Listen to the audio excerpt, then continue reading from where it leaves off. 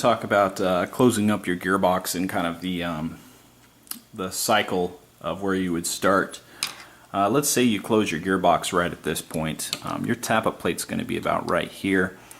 Your cutoff lever is up really high, and let's go ahead and remove this. The lip on the bottom that pulls, this is called the, I think the sector gears cam for the cutoff.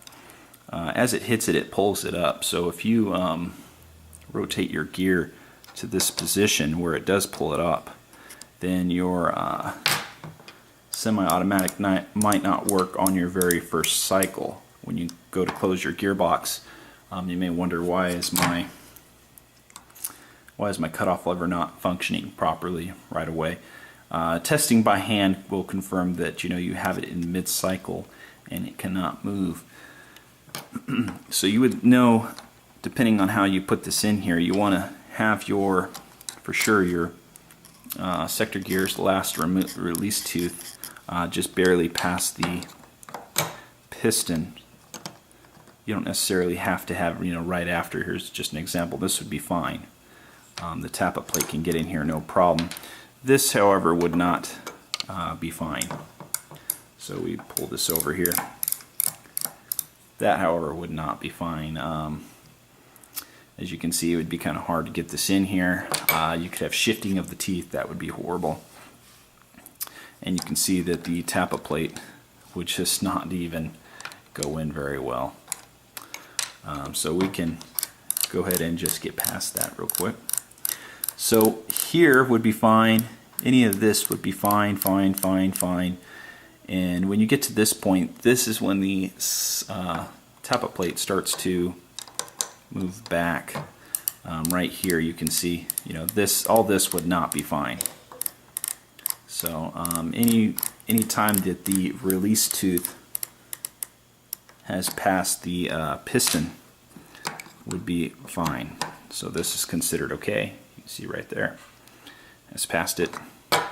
So that when this rotates around, it will grab your tap-up plate, grab your piston. So don't freak out, if your cutoff lever is not working by hand. Just remember that you might be in mid-cycle and that your cutoff lever could be up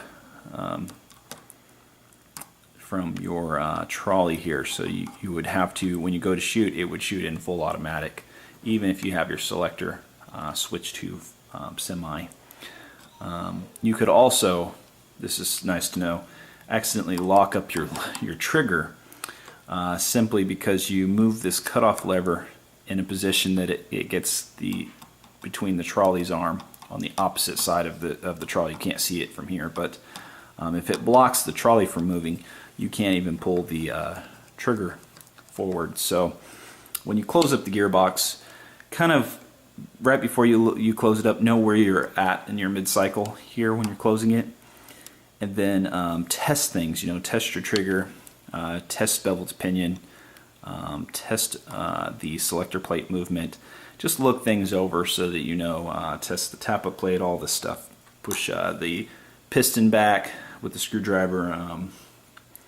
Just check these things and know where your cycle is, so you know what should be working, what shouldn't, and don't panic. This way, you're doing this once. You're checking everything right after you finish closing the gearbox. You're gonna know if it works right before you put it in the lower body. Why should you repeat this process of not knowing, so you could have your trigger lock up and then wonder what the heck is going on?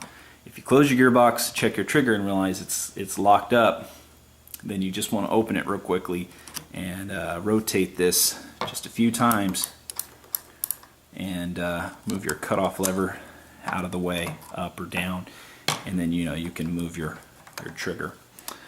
So I hope this has been very helpful. This will go in the helpful section, as it is helpful to know when you're closing your gearbox shell and you just want to do it the one time. You want to learn everything, get it done, put it in the body, and not suffer some kind of issue. This is mainly just a not knowing where the cycle starts, but I hope this has been very helpful for you guys.